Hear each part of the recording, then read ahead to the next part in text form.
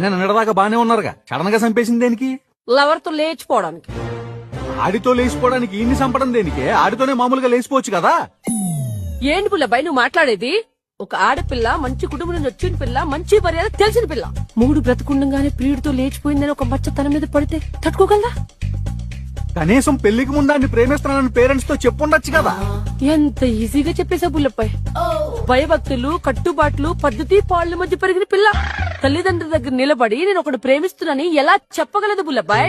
కనీసం అని లేపేసే ముందు కూర్చోబెట్టి ఒక మాట చెప్తే మనసు ఒప్పుకోకపోయినా మనిషిని బతుకుంటే చాలనుకుని ఆడే దగ్గర వీళ్ళిద్దరికి పెళ్లి చేసేవాడు కదా.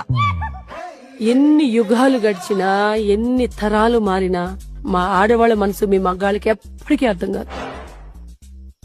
ముగుడే దగ్గరుండి వేరే వాడికి పెళ్లి చేశాడంటే రేపు వాడు సొసైటీలో తలెత్తి తిరగలడా?